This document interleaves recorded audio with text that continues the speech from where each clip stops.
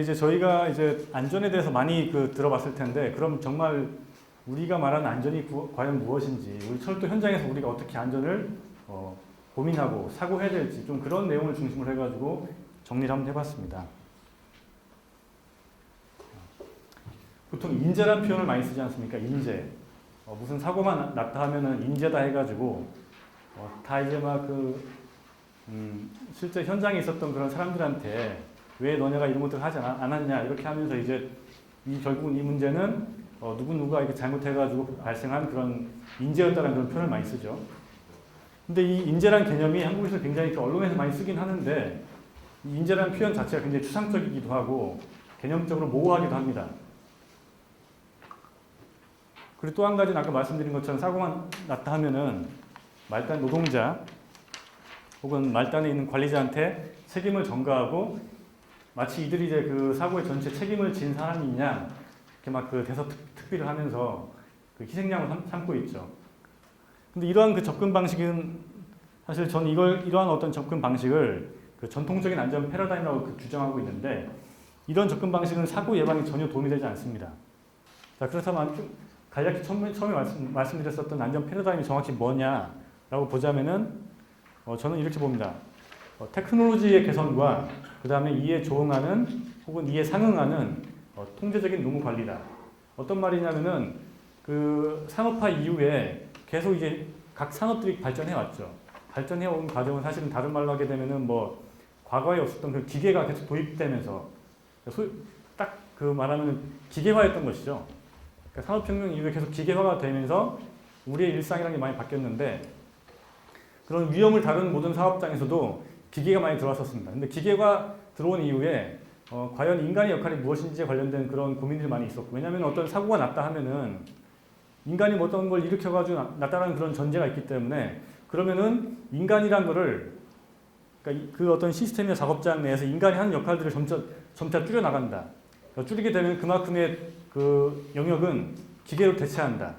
그러니까 대체된 그런 자동화된 기계에 의해 가지고 인간이 그러니까 조금 더 어떤 영역 할 수 있는 것들을 줄이게 되면은 기계가 자동화되면서 더 안전해질 것이 아니겠느냐라는 그런 관점 속에서 기계화가 굉장히 많이 기계화가 이루어졌었습니다. 그래서 자동화된 설비를 교체가 된 것이죠. 근데 안전 관련된 연구를 쭉 해보다 보니까는 이 자동화된 기계 속에서 도리어 인간의 오류가 발생하면서 중대 사고의 어떤 비중은 더 커졌다는 것이죠. 4배 이상.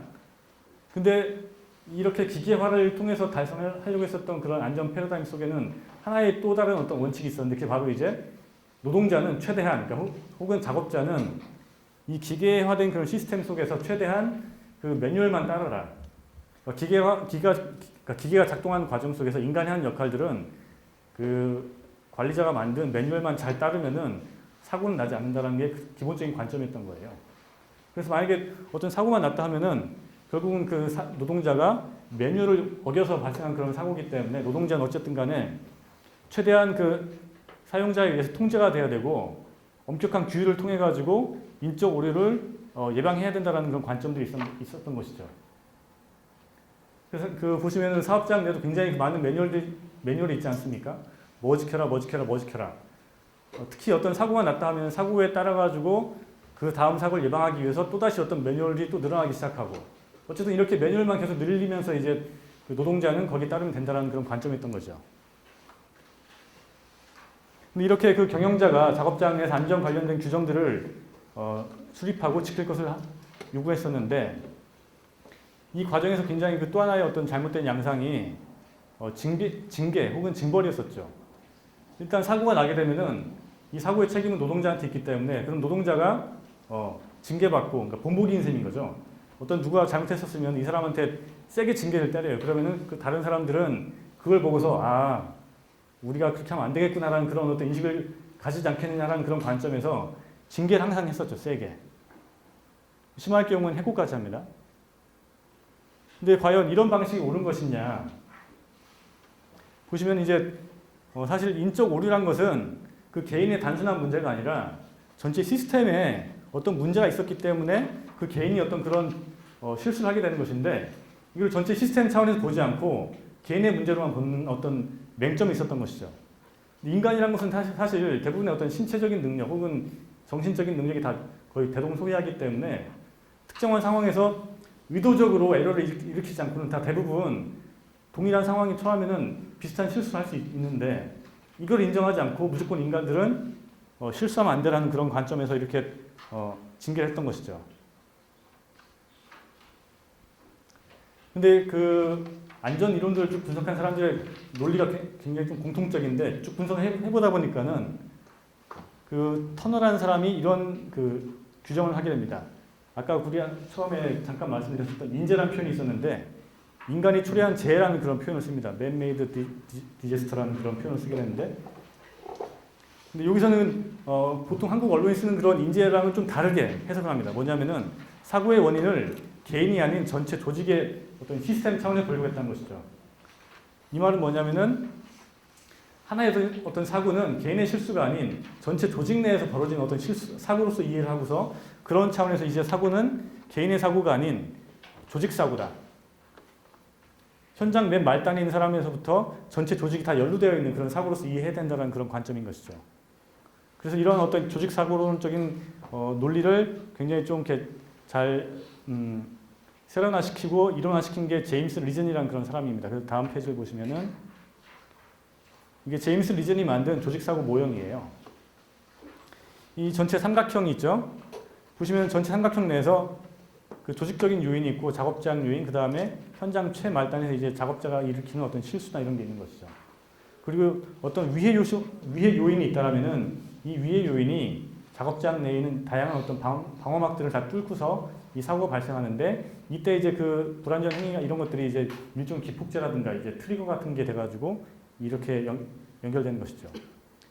그래서 이제 사고의 발생은 여기 그 하얀색 삼각형 그 화살표인 위부터 아래로 쭉 이어지지만은 죄송합니다. 원인은 이렇게 이어지지만은 사고 원인을 조사할 때는 이 가장 최말단부터 최상위 계층에 있는 조직적인 요인인 경영결정, 경영구조, 의사소통, 조직 문화까지 봐야 된다는 게 이 모형의 어떤 핵심입니다. 결국 사고란 것은 표면적인 원인이 있고 심층적인 원인이 있다. 그래서 이 표면적인 원인만 집중해서는 결코 다음번 사고를 예방할 수 없고 항상 이 심층에 무엇이 있는지를 봐야 된다는 것이죠. 이렇게 새로운 안전 패러다임은 조직 내에서 수평적인 관계를 강조합니다. 그리고 이 수평적인 관계에서 일선의 노동자가 작업장 안전에 능동적으로 참여할 때 어떤 안전을 달성하기 위한 사회적 관계, 다시 말하면은 안전 문화가 구축이 된다. 그래서 현재는 세계적으로는 이 전통적인 안전 패러다임으로부터 이렇게 인적인 관계, 사회적 관계를 바꿈으로써 안전을 강화하려는 그런 쪽으로 계속 전환되고 있는 상황입니다. 그래서 이런 어떤 전환되는 그 패러다임의 개념적인 표현을 안전 문화 혹은 고신뢰 조직이라는 그런 표현을 쓰고 있죠. 자, 저희가 아까 그 대구지하철 참사를 말씀드렸었는데 저희가 아까 말씀드린 철도안전법은 이 대구지하철 참사 이후에 만들어진 법입니다.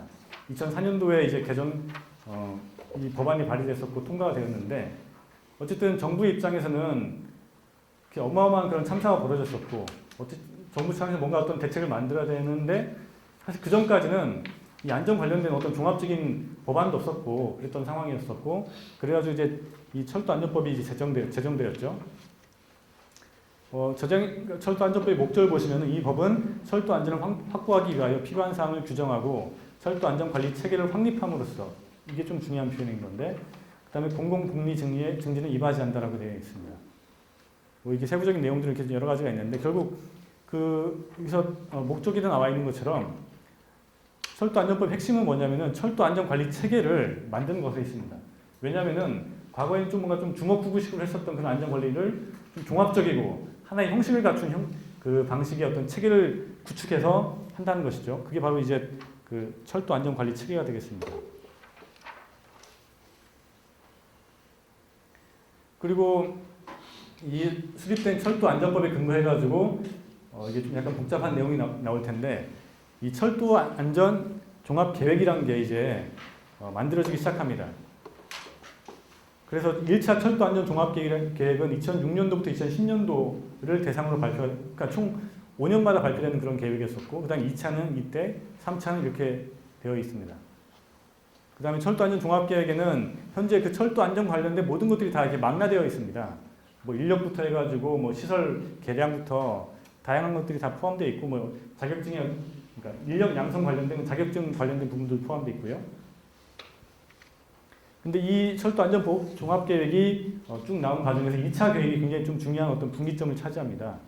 어떤 내용이냐면은 2차 계획 때 이제 어떤 과거에 하드웨어 중심의 그 안전 관리 시스템에서 소프트웨어 중심으로 바꾼다. 그러니까 제가 아까 그 기계와 인간에 대해서 좀 말씀드렸었는데 어쨌든 그 기계 중심의 어떤 사고로부터 어쩌면 조금은 더 이제 인간적인 어떤 사회적 관계를 바꾸는 소프트웨어를 좀 중심으로 여기는 그런 어떤 전환이 이루어졌다는 그런 내용이고요. 그 다음에 안전 인증 체계 구축을 통해 가지고 철도 운영 기관의 자율과 책임을 강화한다는 내용인데 이게 아까 말씀드린 철도 안전 관리 체계입니다. 그러니까 각 사업장에서 예를 들면 철도 공사에서 자체적인 어떤 철도 안전 철도 안전 관리 체계 계획을 만들게 되면은 이거를 국토부에 제출하고 국토부는 그거를 이렇게 승인해 가지고 그렇게 이제 그 다음에 이제 철도 운영할 수 있는 어떤 권한 혹은 자격을 부여하는 것이죠. 어쨌든 뭐 이런 것들이 쭉 있었고 안전관리 체계가 이제 과거에 결과 위주로부터 어떤 시스템 관리 혹은 예방적인 그런 관리 체계로 바꾼다는 그런 내용이 있었는데 이 내용 가운데 이제 중요한 부분이 그 안전 문화가 있었고 그 다음에 또 한 가지는 위험도 분석이라는 게 포함됩니다. 위험도 분석. 다 들어보셨나요? 위험도 분석은요? 예. 자, 여기서 나오는 그 위험도 평가입니다. 경험에 기초한 사후적인 안전관리에서 탈피해가지고 사전적인 위험도 평가에 기초한 안전관리 체계를 만든다라는 것이죠.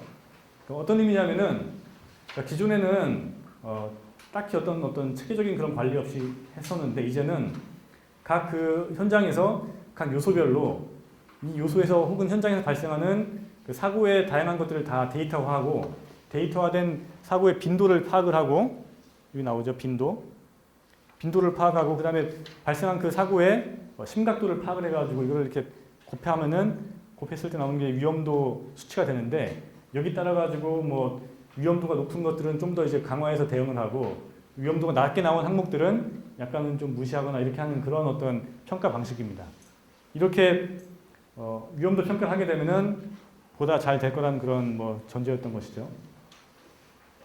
그리고 이렇게 본격적으로 도입된 게 2012년도에 이 안전관리 체계란 것을 이제 실제적으로 도입하게 됩니다. 그래서 저 대구지하철 참사가 났었던 대구 도시철도공사가 맨 처음에 이 인증을 통과했었고 그 이후에 그 차차 이제 다른 사업장들도 통과하게 됩니다.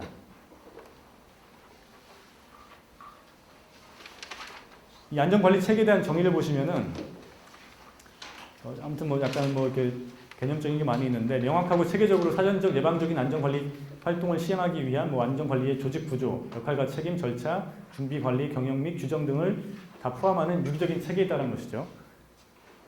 근데 이렇게 봤을 때 뭐가 좀 이렇게 느껴지시나요? 제가 봤을 때는 이런 안전관리 체계는 결국은 아까 설명드린 사고의 원인을 개인으로 찾지 않고 조직의 문제로 보는 어떤 조직과 시스템의 전체의 문제로 보는 그런 어떤 철학이나 관념들이 여기에 다 포함되어 있는 것이죠. 서구의 안전관리 체계는 이렇게 조직사고에 대한 인식이 사회적으로 통용되면서 제도화된 것을 볼 수 있고 이렇게 된 것을 한국은 그냥 그대로 베껴왔었던 것이고요. 근데 약간 좀 이론적인 부분이긴 한데 과연 그렇게 한 조직 내에다가 뭐 행정적인 어떤 절차를 막 만들고 문서화시키고 하면은 과연 그 조직은 안전해질 것인가? 그러니까 다시 말하면은 어떤 형태를 갖추게 되면 그 조직은 안전해질 것인가? 저는 그렇진 않다고 보는데 그렇기 때문에 더 중요한 것은 뭐냐면은 그 실제 그 조직 내에서 일하는 사람들이 얼마만큼 안전을 체화시키고 다양한 어떤 안전에 대한 활동들을 자율적이고 능동적으로 참여하면서 할 것인가가 더 중요한 것인데 과연 현재 그 안전관리 체계가 그것을 과연 그 고양시키고 보장하고 있는가 그런 것이죠. 그래서 그 해외 학자는 이런 표현을 씁니다. 공식적인 안전관리 시스템이 없어도 좋은 안전문화는 있을 수 있다. 그렇지만은 좋은 안전문화가 없이는 효과적인 안전관리 시스템을 가질 수 없다. 결국은 그 본질적인 것은 안전문화 혹은 그 구성원들의 자발적인 참여나 이런 것들이 더 중요한 것이고 이것이 어떤 껍데기로서의 어떤 형식으로서의 어떤 안전관리 체계는 필요하지만은 보다 중요한 것은 단순한 어떤 껍데기가 아니라 이 본질에 있는 안전 문화라는 것이죠. 이렇게 봤을 때 그 안전관리 체계라는 것은 과거에는 그냥 국가가 다 직접적인 어떤 규제나 통제, 지시를 통해서 하는 것들을 결국은 현재는 그 각 사업장별로 자율적으로 하는 그런 체계로 바뀐 것이죠. 이렇게 국가는 안전관리 체계에 관련된 어떤 가이드라인 혹은 기술 기준을 만들고 이 기준에 맞춰가지고 사업자가 실행 계획을 만들고 제출하면은 어떤 승인을 통해 가지고 자율규제적인 안전 시스템을 구축하는 게 의무화된 것이죠. 그리고 그 국가 입장에서는 이렇게 된 어떤 가이드라인을 따르기만 하면은 자율적으로 각 사업장들이 알아서 하면서 이제 안전 문화도 잘 형성되고 안전 관리도 잘 될 거라는 그런 어떤 기대가 있는 것이죠. 그렇지만 과연 현재 그 한국의 안전 관리 체계가 이렇게 돌아가고 있는지는 굉장히 좀 회의적입니다. 자, 왜 그러냐면은 자율규제적인 안전 시스템은 일하는 작업자, 즉 노동자가 주도적으로 그 시스템에 참여하고 직접 운용할 때 가능한 것인데 여전히 그 철도의 안전 현장은 노동자 혹은 노동자 배제적이고 특히 이제 그 정부의 주무부처와 운영기관의 사용자들은 노동자를 아까 말씀드린 그냥 단순하게 이제 규정만 따르고 지키면 되는 어떤 객체로서 간주하고 있다는 것이죠. 여전히 유선 노동자들은 감시와 통제의 대상 혹은 수단이자 그리고 이제 위로부터 아래로 이어지는 하향식 안전관리 체계의 어떤 대상으로 여겨지는 그런 문제가 많다는 것입니다. 그러니까 세계적으로 이런 그 접근 방식이 많이 사라져가고 있음에도 불구하고 한국은 여전히 그 전통적인 안전 패러다임에 의해서 법 체계가 유지가 되고 있다는 것입니다. 결론적으로는 그 철도의 노동자가 민주적으로 참여하지 못하는 안전관리 체계는 결국은 뭐 빈술에 불과한 것이 아니겠느냐. 따라서 향후에 이제 우리의 과제는 실제 그 노동자가 직접 안전관리의 주체로서 참여하고 그 민주적인 어떤 안전관리 체계를 요구하면서 그 서구의 어떤 그 형태를 더 보다 지향하는 그런 방향으로 가야 되지 않겠느냐라는 게 저의 문제의식입니다. 그리고 이제 현재 그 철도안전 종합계획이 각 5년마다 형성돼서 그러니까 5년마다 이제 수립돼서 제출되고 있는데 이 제출된 철도안전 종합계획에 의해 가지고 반대로 이제 철도안전법과 안전 관련된 그 하위 법령들이 바뀌게 됩니다. 예를 들면은 그 철도안전 종합계획에서 3차 때의 일인데요. 그 노동자 인적 과실에 대해서 제재를 강화하겠다는 그런 계획이 먼저 나왔고 그 이후에 2016년도 7월 달에 이렇게 안전법이 이렇게 바뀌면서 굉장히 그 과태료라든가 혹은 뭐 형사처벌까지 강화시키는 그런 내용의 법령 개정이 있었죠. 그래서 현재 그 철도안전법과 안전종합계획은 그 법령의 개정뿐만 아니라 우리 어떤 그 궤도 공기업의 지배 구조, 운영과 안전 문제, 그다음에 노동 조건도 크게 좌우하는 그런 굉장히 큰 상위 법령이다라는 것입니다. 그래서 향후에 노동 안전과 공공 안전을 제1의 과제로 여긴다면은 노동조합도 이런 어떤 새로운 안전 패러다임에 근거해서 향후에 그 철도안전법 개정 투쟁을 함께 해야 된다라는 그런 과제가 있다는 것입니다. 일단 여기까지가 지금 준비된 내용이고요. 더 있던가요? 잠시만요. 예, 끝이네요. 예. 이상입니다. 예.